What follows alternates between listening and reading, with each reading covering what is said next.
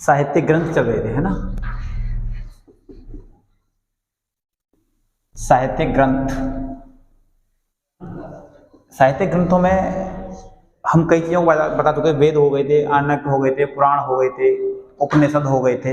इसके बाद स्मृति साहित्य भी कंप्लीट हो गए थे।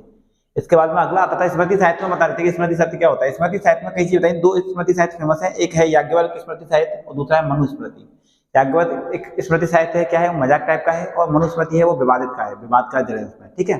इसमें जो मनुस्मृति है उसमें दिया था 2-3 चीजें बड़ी दिया था। उसमें 8 प्रकार के विवाह दिए थे और उसमें 16 संस्कारों के बारे में चर्चा किया था। तो हम 16 संस्कारों को समझ रहे थे। 16 संस्कार क्या होते हैं, ठीक है। 16 संस्कार का मतलब होता है जब बच्चा अपने माँ के पेट में आता है तब से लेकर के संस्कार शुरू हो जाते हैं, और संस्कार तब से लेकर के मृत्यु तक, जब व्यक्ति मरता है तब तक संस्कार चलते ही रहते हैं। और अंतिम संस्कार होता है इसको अंत्येष्टि संस्कार बोलते हैं।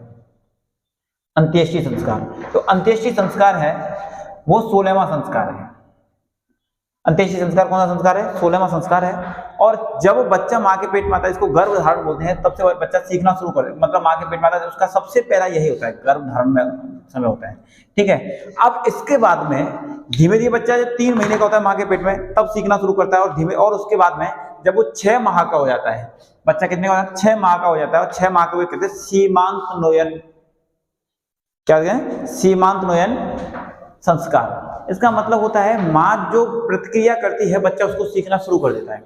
अब उसके बाद में अगर माँ बच्चे की बहुत सीधी है, बहुत संस्कारी टाइप की है, एकदम भगवान में आस्था रखती है, आस्थावान है, तो बच्चा कैसा बनता है, आस्थावान बनता है। और माँ एकदम लड़ाकू टाइप की है, 24 घंटे एकदम तंत्राती रहती है, तो बच्चा भी ऐसे होगा। तो कहते हैं माँ के द्वारा बच्चा सीखता है। इसके लिए एक कहानी थी जिसमें बताया जाता है, महाभारत एक बहुत अच्छा ग्रंथ है। महाभारत में बताया जाता है कि महाभारत का युद्ध चल रहा था। महाभारत का युद्ध चल रहा था, कौरव पांडवों का भयंकर युद्ध था। और युद्ध में क्या होता है कि एक बालक होता है, नाम होता है उसका अभिमन्यु। अभिमन्यु होता है वो अर्जुन का पुत्र होता है। अर्जुन का पुत्र होता है, तो अर्जुन जिस दिन युद्ध होता है, कौरव होते हैं अर्जुन को एक तरफ ले जाते हैं। जैसे अर्जुन कौरव कौरव होते हैं अर्जुन को ले जाते हैं, तो अर्जुन दूर चला जाता है। तभी कौरव क्या करते हैं, प्लान बना लेते हैं और कहते हैं कि हम लोग एक चक्रव्यूह की रचना करेंगे। क्या करेंगे, चक्रव्यूह की रचना। तो चक्रव्यूह होता है, और चक्रव्यूह केवल पूरे कौरव और पांडवों में एक ही व्यक्ति इसको तोड़ना जानता था, नाम था उसका अर्जुन। अब इसके बाद में चक्रव्यूह की रचना हो गई। अगर चक्रव्यूह में नहीं लड़ने जा रहे हैं तो फिर पांडव हार रहे हैं, और लड़ने जा रहे हैं तो उनको लड़ना नहीं आता था। तभी वहां एक बालक खड़ा होकर आता है, 16 वर्ष की उम्र होती है, और आते ही कहता है अपने जो सबसे बड़े पिता होते हैं कि पितामह मैं युद्ध लड़ूंगा और चक्रव्यूह तोड़ना मुझे आता है। चक्रव्यूह में कितने द्वार होते हैं, चक्रव्यूह 7 द्वार होते हैं, ठीक है। अब वो जब चक्रव्यूह तोड़ने जाते हैं तो वो कहता है कि देखो मुझे चक्रव्यूह में घुसना आता है, लड़ना आता है, लेकिन अंतिम द्वार को तोड़कर निकलना नहीं आता। उसने कहा तुम्हें कैसे आता था। उसने कहा था जब मैं माँ के पेट में था तो माँ ने पिताजी से पूछा था कि चक्रव्यूह कैसे तोड़ते हैं या चक्रव्यूह क्या होता है, तो पिताजी ने समझाया था, और तब मैंने वो कहानी सुनी थी, इसलिए मुझे तोड़ना आता है। और दूसरी बात यह है कि जब अंतिम चल रहा था कहानी का, जब बता रहे थे पिताजी, जब माँ सो गई थी, तो इसलिए मुझे उस चक्रव्यूह से निकलना नहीं आता। ये कह करके उसने कहा ठीक है। भीम ने कहा कि ठीक है, चक्रव्यूह का अंतिम द्वार तो मैं तोड़ दूंगा और मैं तुम्हें निकाल के ले आऊंगा। और जो अभिमन्यु थे, अभिमन्यु के गुरु थे श्री कृष्ण। और श्री कृष्ण जिसके गुरु हों तो उसको नहीं कुछ शिक्षा मिले तो ऐसा हो सकता है, कभी नहीं हो सकता। तो ये सिस्टम था, इसने कहाँ सीखा था, माँ के पेट में। तो कहते हैं कि जब बच्चा 6 महीने का होता है माँ के पेट में, तो वो सीखना आरंभ कर देता है, और वहीं से सबसे ज्यादा सीखना शुरू करता है। धीमे धीमे करके बच्चा सीखता रहता है। उसके बाद में बच्चा जब पैदा हो जाता है, पैदा हो जाने के बाद में भी अन्य संस्कार होते हैं। उसमें कई संस्कार है, मुंडन संस्कार है, कर्णवेदन संस्कार है, विद्या आरंभ है, यज्ञोपवीत है, ठीक है, उपनयन संस्कार भी बोलते हैं इसको। धीमे धीमे करके फिर आता है 15वें नंबर पे आता है विवाह संस्कार। विवाह संस्कार को बोला जाता है पाणी ग्रहण संस्कार। और अंतिम 16वां आता है, इसको बोलते हैं अंत्येष्टि संस्कार या अंतिम संस्कार, 16वां संस्कार होता है। तो हिंदू धर्म में 16 संस्कार प्रमुख है। आधुनिक तौर पर हम इन संस्कारों से वंचित हैं, इन संस्कारों के बारे में नहीं जानते। संस्कार होते हैं गर्भाधारण, कुसंवन, सीमंत नोयन, जात कर्म, नामकरण, निष्क्रमण, अन्नप्राशासन, मुंडन, कर्णवेदन, विद्यारंभ, उपनयन, वेदारंभ, केशांत, संवर्धन, विवाह, मतलब पाणिग्रहण संस्कार और अंत्येष्टि संस्कार। ये 16 संस्कार टोटल मिलाकर के होते हैं। ये संस्कार हमें कहाँ से मिलते हैं, हमें ये परिवार से मिलते हैं, और हमारी संस्कृति इन्हीं के ऊपर टिकी हुई है। यह हमें आना चाहिए।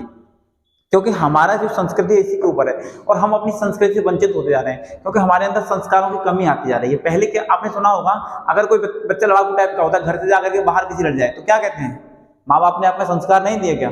तो संस्कार मिलना कहाँ से शुरू होता है? परिवार से शुरू होता है, माँ से शुरू होता है। लेकिन धीमे धीमे करके हम लोग अपने संस्कारों से दूर होते जा रहे हैं, दूर होते जा रहे हैं, दूर होते जा रहे हैं, और इसी का परिणाम है आज हम लोग बहुत पिछड़ते जा रहे हैं। अपने संस्कारों को छोड़ करके हम फालतू चीजों पर बहुत ध्यान दे रहे हैं। आधुनिक तौर पे आप देखोगे हमारा कल्चर एक बिगाड़ के रख दिया है। किसी सीरियल को देखिए, सीरियल में क्या होता है, जो आपने देखा होगा एक व्यक्ति होता है, वो शादीशुदा है, घर के बाहर दूसरी औरत को वो पसंद करता है, तीसरी औरत से उसका चक्कर चल रहा है, 2 औरतों से वो पहले से शादी कर चुका है। ये कहाँ है? हमारा देश है या हमारी संस्कृति में संस्कार है ही नहीं, हमारी संस्कृति ही नहीं है। कहने का मतलब हमारी संस्कृति को बिगाड़ा जा रहा है और हमारे संस्कारों को हनन हो रहा है। हमारे संस्कार है उनका क्या हो रहा है? हनन हो रहा है, उनको छीन रहे हैं। और जब अगर देखा जाए तो जो दक्षिणी भारत है हमारे संस्कारों को मान रहा है, और पूरा पश्चिमी भाग है, पश्चिमी भाग हमारे संस्कारों को क्या है, हमारी संस्कृति को अपनाना शुरू कर रहा है, और हम अपनी संस्कृति छोड़ते जा रहे हैं, संस्कारों को छोड़ते जा रहे हैं, जबकि हमें नहीं छोड़ना चाहिए। संस्कारों से हमें बहुत कुछ देखने को मिलता है, बहुत कुछ सीखने को मिलता है, क्योंकि संस्कार मिलना है या संस्कृति है तो इसका मतलब ये होता है कि संस्कृति से ये सबसे बड़ी बात यहाँ होती है कि हम जिस क्षेत्र में होते हैं या जहाँ होते हैं, हम तब सीखते हैं जब हम कहीं दूसरे को देख अनुकरण करते हैं। कहते हैं कि माँ बालक की पहली शिक्षक होती है। अगर माँ बच्चे को जो सिखाएगी बच्चा वही सीखेगा। माँ कहे गाली दे बेटा तो बेटा गाली देगा, जरूर देगा, और माँ कहे नहीं गाली नहीं देगा। अब मान के चलिए एक बच्चा चोरी करके ला रहा है, घर में आके बता रहा है, घर वाले खुश रहे हैं, बहुत अच्छा, तो उसको बढ़ावा मिल रहा है, वो और चोरी करेगा।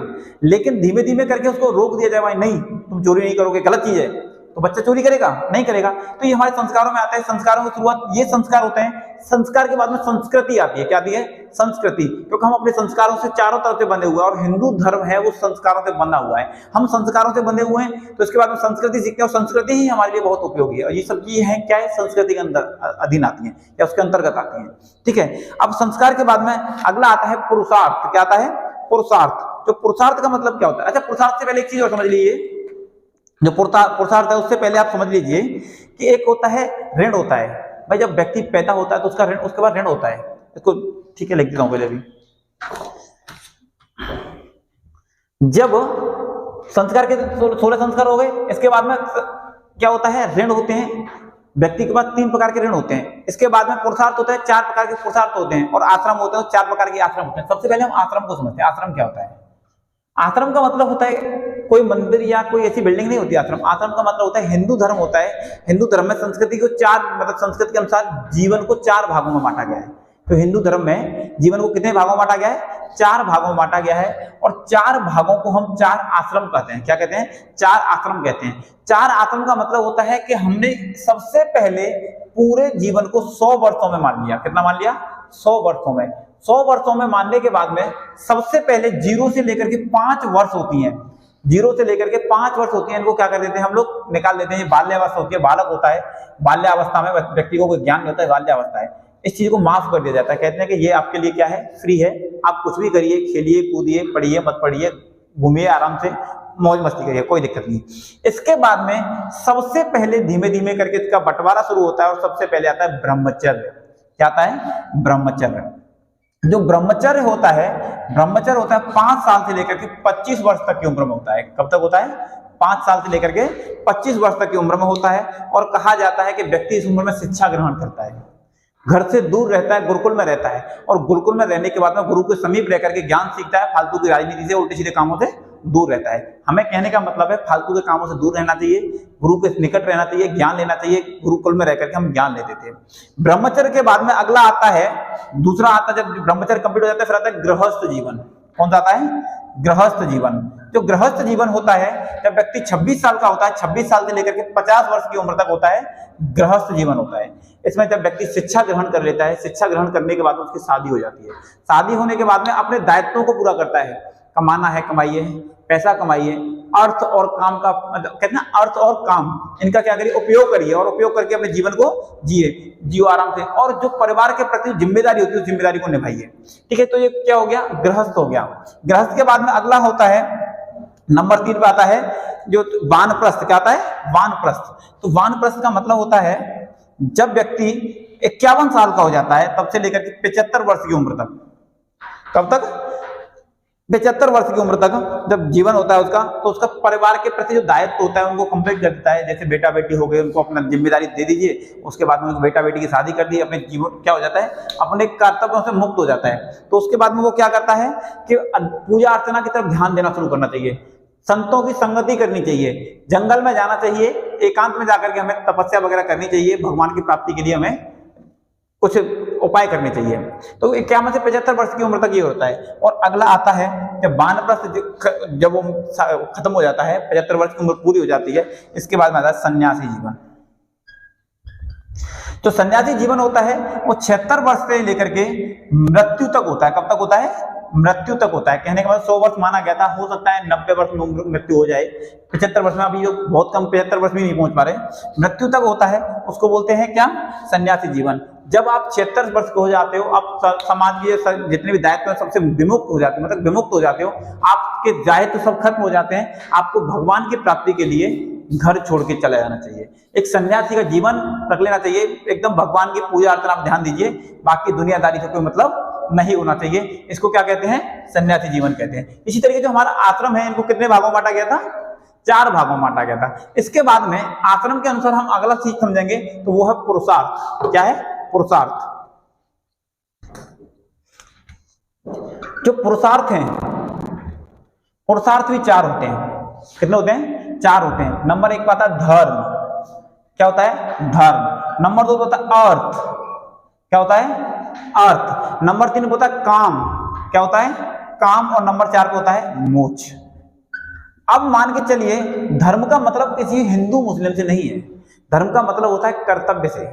आपका पुरुषार्थ का पहला कर्तव्य है कि आपके ऊपर जो जिम्मेदारी है, समाज के प्रति आपकी जिम्मेदारी बनती है, उस जिम्मेदारी को निभाइए। और जिम्मेदारी निभाने के बदले में, मतलब जो समाज के लिए आपको करना है वो कर्तव्य आप करिए, और अपना पूरी जिम्मेदारी एकदम तरीके से निभाइए। और तरीके से जिम्मेदारी निभाने का मतलब होता है कि आपके ऊपर जो समाज का कर्तव्य है, और वो कर्तव्य है कि किसी से भेदभाव ना करिए। और भेदभाव ना करने का कारण मतलब होता है कि आपका जो धर्म है, वो धर्म आपको बताता है कि सभी जीव समान हैं, जीवों पर हिंसा नहीं करनी चाहिए, अहिंसा अपनाइए, किसी से भेदभाव मत करिए, किसी को परेशान मत करिए। अगला आता है अर्थ। अर्थ का मतलब होता है पैसा। आपका कर्तव्य बनता है कि जब एक उम्र हो जाती है आपकी, जब आप पढ़ाई पूरी कर लेते हो और आपके ऊपर घर के परिवार की जिम्मेदारी दायित्व आ जाते हैं, तो आपको क्या करना चाहिए? पैसा कमाना चाहिए, क्योंकि पैसे से ही सब व्यवस्थाएं बनती हैं। अर्थ का मतलब होता है अर्थव्यवस्था, मतलब आपके घर की जो अर्थव्यवस्था है वो आपको चलाने की जिम्मेदारी है। तो आपको पैसा कमाना चाहिए, आपको फालतू एकदम नहीं घूमना चाहिए, ऊट पटांग काम नहीं करने चाहिए। आपका कर्तव्य है पैसा कमाना, तो वो भी आपको कमाना चाहिए। अगला होता है काम। इसके बीच इससे लिए किताबी है, काम सूत्र नाम है उसका।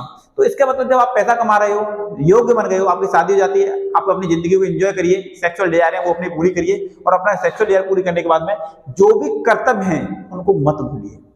क्योंकि देखो, आप ये तो कर ही रहे हो, लेकिन आपका कर्तव्य पैसा कमाना है और जीवों पर दया करना है, तो आप इस चीज को भी नहीं भूलिए।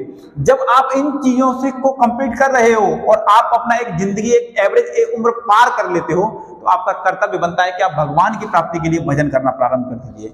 भगवान को प्राप्ति के लिए क्या करना है? आपको भजन करना है। और भजन करने का मतलब है कि आप सब मोह माया सब छोड़ छाड़ के कहां चले जाइए? जंगल में चले जाइए या एकांत में चले जाइए, और सोच लीजिए ना तू मेरा ना मैं तेरा, और आराम से भजन करिए भगवान की प्राप्ति के लिए। और मोक्ष प्राप्ति के लिए क्या करना चाहिए? हमें प्रयत्न करना चाहिए। ठीक है। इसके बाद में अगला आता है ऋण। क्या आता है? ऋण। हमारे पास 3 प्रकार के ऋण होते हैं। हम लोगों के पास कितने ऋण होते हैं? 3 प्रकार के ऋण होते हैं। 3 प्रकार में पहला ऋण आता है देव ऋण। कौन सा आता है? देव ऋण। देव ऋण का मतलब होता है कि हम लोगों को भगवान ने पैदा कर दिया, पैदा कर दिया भगवान ने, तो पैदा करने के बाद में हमें दिया है कि आपको जीवों के प्रति दया करना चाहिए, समानता का भाव रखना चाहिए, भेदभाव नहीं करना चाहिए, अहिंसा अपनाना चाहिए, हिंसा नहीं करना चाहिए। तो देवताओं का ऋण है। देवता ने कह दिया कि आपको क्या कर दिया है कि आपको पैदा कर दिया है, आपको मैंने जन्म दे दिया, आपको मैंने इंसान बना दिया है, तो आप अपनी इंसानियत दिखाइए।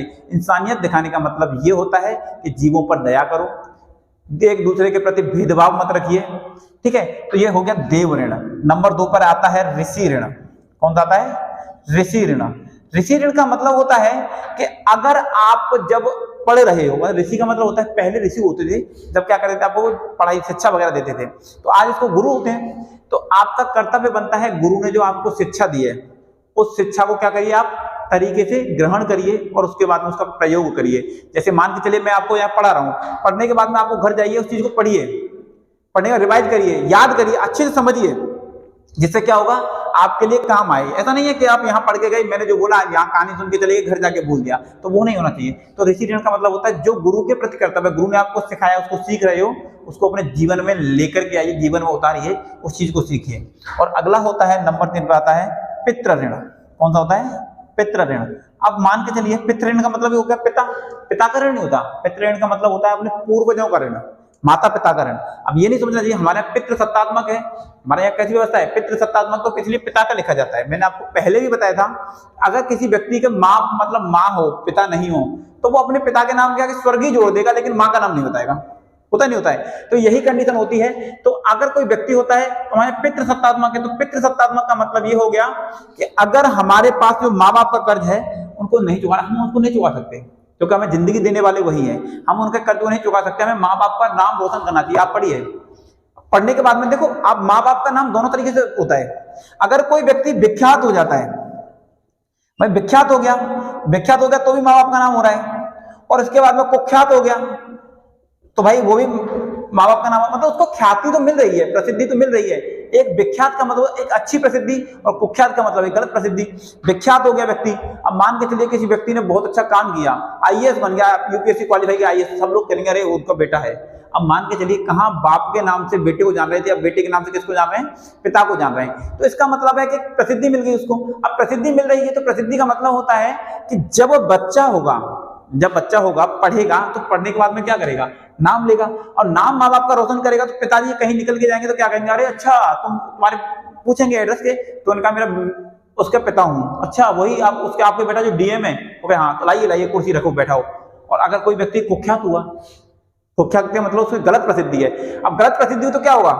गलत प्रसिद्धि हुई, अब कोई निकल के जा रहा है, उसने बेटा बुलाया, क्या है, आओ, मान के अच्छा पूछा कौन हो, उसने बताया कि मेरे उसका पिता हूँ। अच्छा, वो आपके बेटे ने उसको मर्डर कर दिया था? हाँ जी। अच्छा, आपका बेटा उसकी लड़की को लेकर भाग गया था? माने हाँ, बैठो, माने बैठो, लाओ कुर्सी, लाओ जूता मंगा लाओ इनके लिए। ऐसे ऐसे संस्कार दिए अपने बच्चों को। तो कहने का मतलब है हमें अपने माँ बाप का नाम नहीं डुबाना चाहिए, अपने माँ बाप का नाम करना चाहिए, माँ बाप का नाम हमेशा रोशन करना चाहिए, क्योंकि हम माँ बाप का कर्ज जीते जी कभी चुका नहीं सकते। ठीक है, इसके बाद में अगला आता है महाकाव्य। अब वास्तविकता हम जब चल रहे थे, ये चीज हमें समझने के लिए थी कि जिंदगी में हमारे जो हिंदू धर्म है, हिंदू धर्म के अनुसार हमें क्या क्या चीज है, इन चीजों के बारे में हमें जानना चाहिए। संस्कार हो गए, आश्रम हो गए, पुरुषार्थ हो गए, ऋण हो गए। ठीक है, इसके पहले आपको वेद बता दिए थे, पुराण बता दिए थे। वास्तव में जो महाकाव्य है आधुनिक तौर पर, उन महाकाव्यों को समझते हैं। अगला आता है महाकाव्य। जो महाकाव्य है, 2 महाकाव्य प्रसिद्ध है। कितने महाकाव्य प्रसिद्ध हैं? 2। नंबर 1 पे आता है रामायण। कौन सा आता है? रामायण। और नंबर 2 पे आता है महाभारत। कौन सा आता है? महाभारत। ये 2 महाकाव्य फेमस है। सबसे प्रसिद्ध महाकाव्य यही है हिंदू धर्म के, इनको लोग सबसे समझते हैं। अगर कहें तो गीता बहुत प्रसिद्ध। ध्यान रखिएगा, गीता कोई भी अलग से नहीं है, महाभारत का एक चैप्टर है। क्योंकि महाभारत का युद्ध सब शुरू हो रहा था, तब कृष्ण ने उनको क्या दिया था? एक ज्ञान दिया था अर्जुन को, क्योंकि अर्जुन ने सोच लिया था कि मैं युद्ध नहीं करूंगा।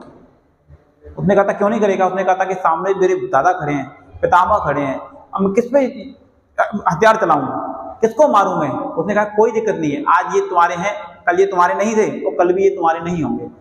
तब वो कहता है कि नहीं, मुझे ऐसा नहीं चाहिए, अगर अपनों को मार करके मुझे लेना पड़े, अगर राज्य मिले तो उसे ऐसा राज्य नहीं चाहिए। उसने कहा मुझे ऐसे चीज में अपनी कोई दिक्कत नहीं, मैं हार स्वीकार करता हूं। तब उन्होंने कहा था कि हार स्वीकार नहीं, जिसको तुम अपना कह रहे हो, जब तुम्हारी पत्नी का भरी सभा में चीर हरण किया गया था, तो ये पितामह भी वहीं बैठे थे, ये गुरु भी वहीं बैठे थे, ये भाई भी वहीं बैठे थे, ये कर्ण भी वहीं बैठा था। कहने का मतलब ये सब वहां बैठे थे। तब इन्होंने कभी नहीं सोचा बिल्कुल कि ये हमारा घर का परिवार का सदस्य है, या हमारा भाई लगता है, या हमारा पोता लगता है, या हमारा शिष्य लगता है। जब इन्होंने तुम्हारे प्रति नहीं सोचा, तो आप क्यों सोच रहे हो? क्योंकि उन्होंने कहा था कि देखो, जो तुम सोच रहे हो, तुम्हें लग रहा है कि मेरा है, ये कल तुम्हारा नहीं था, आज तुम्हारा है, कल तुम्हारा नहीं होगा। क्योंकि ये सब एक क्या है? माया है। कृष्ण ने उसको समझाया था, वही एक गीता थी। गीता का मतलब होता है प्रश्न और उत्तर। जो अर्जुन कृष्ण को प्रश्न करता था और कृष्ण उसको उत्तर देते थे, वही गीता लिख गया। था। गीता में कितने अध्याय हैं? 16 अध्याय हैं। ठीक है, तो इसके सबसे पहले रामायण देखते हैं। जो रामायण है, रामायण के रचयिता हैं, उनका नाम है वाल्मीकि। क्या नाम है? वाल्मीकि। वाल्मीकि रामायण के रचयिता हैं, लेकिन आधुनिक तौर पर अगर देखा जाए जो रामायण का हिंदी अर्थ किया था, जो आधुनिक हम रामचरितमानस पढ़ते हैं, वो गोस्वामी तुलसीदास ने किया था। जब शुरुआत में रामायण आई थी तो शुरुआत में रामायण में 12,000 श्लोक थे। कितने थे? 12,000 श्लोक थे, और केवल और केवल वो संस्कृत भाषा में थी। और संस्कृत भाषा में होने के कारण कहा जाता है कि इसको थोड़ा देखो, हर भाषा व्यक्ति की समझ में नहीं आती। हम लोग हिंदी प्रयोग करते तो हिंदी समझ में आती है, हमें संस्कृत समझ में नहीं आती, इसीलिए गोस्वामी तुलसीदास ने उनका हिंदी अनुवाद कर दिया। हिंदी अनुवाद के बाद में कहा गया कि जब जो रामायण है, रामायण के में 7 भाग हैं। कितने भाग हैं? 7 भाग हैं, और प्रत्येक भाग को कांड कहा जाता है। क्या कहा जाता है? कांड कहा जाता है। इसलिए रामायण में कुल मिलाकर के 7 कांड हैं। कितने कांड हैं? 7 कांड हैं। और 7 कांडों में सबसे पहला है बालकांड। बालकांड के बाद में अयोध्या कांड।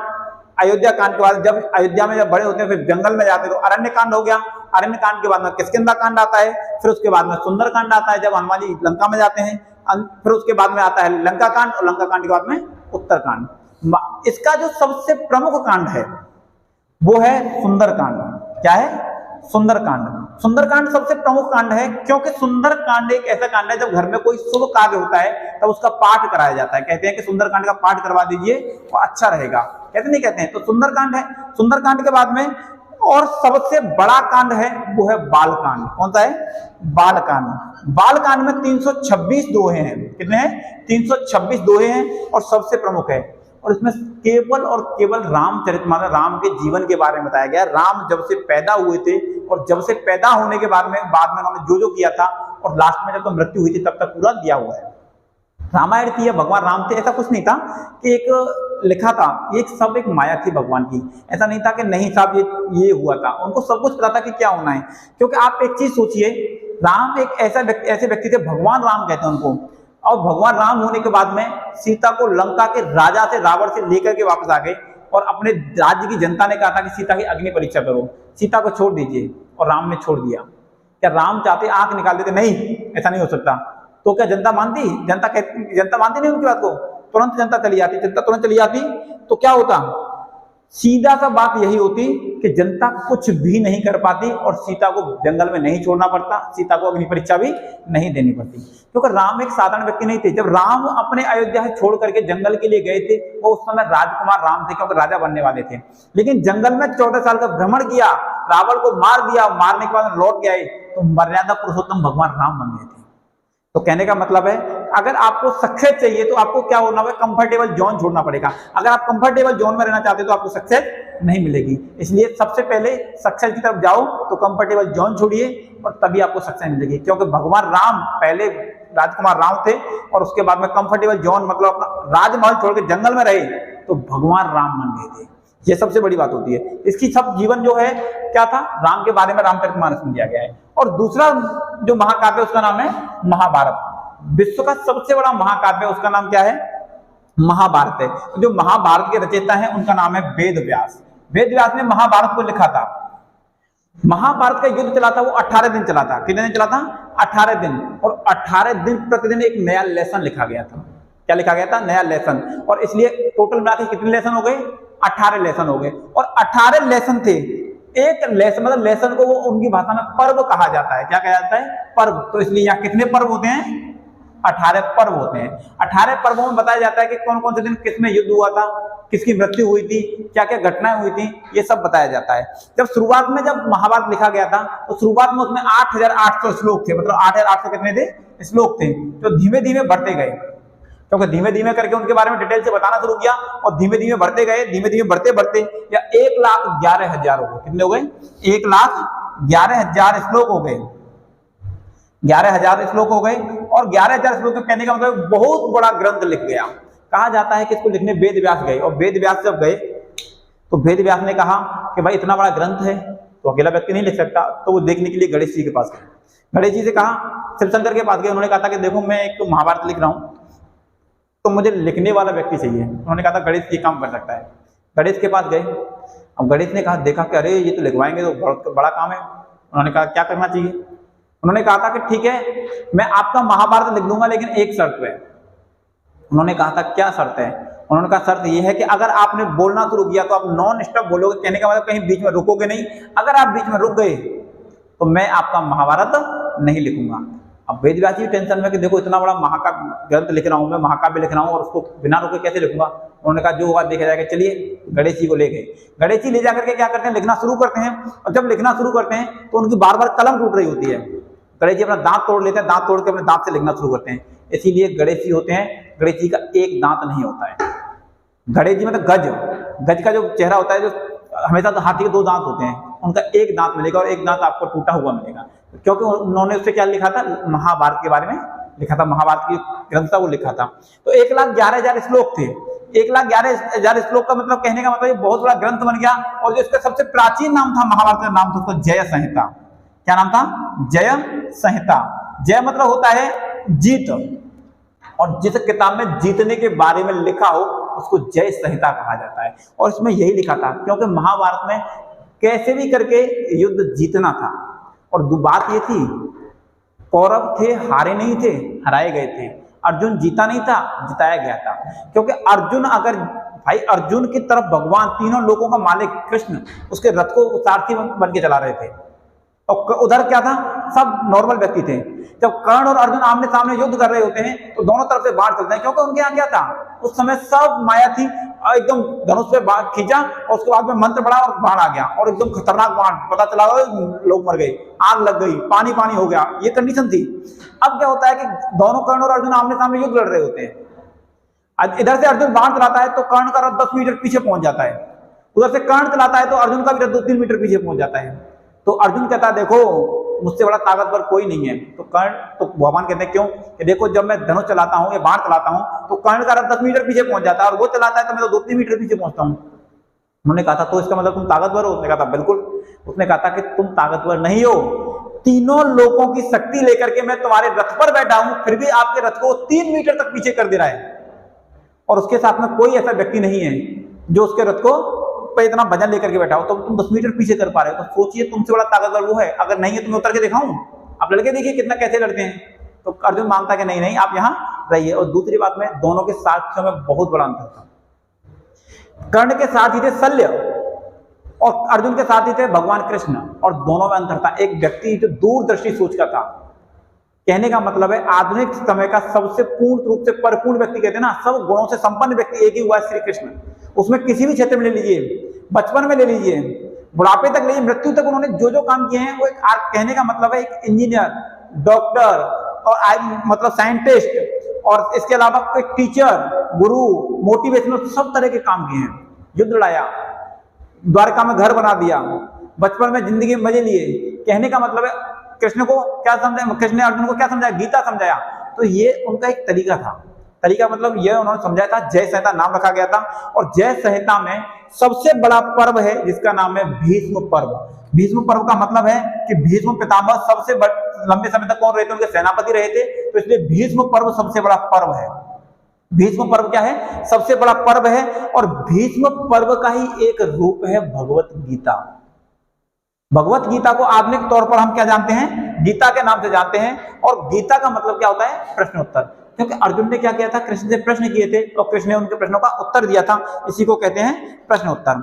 और अगर देखा जाए तो अगर कृष्ण नहीं होते तो पांडव नहीं जीतते, क्योंकि पांडव 5 भाई थे, 5 भाइयों में अलग अलग गुण थे, और कर्ण अकेला 5 भाइयों के बराबर गुण थे। पर इतना याद रखिएगा, कर्ण भी मारा नहीं था, मर नहीं सकता था, लेकिन उसको मरवाया गया था, सब धोखे से मरवाया गया था, उसके कवच कुंडल मंगा लिए गए थे।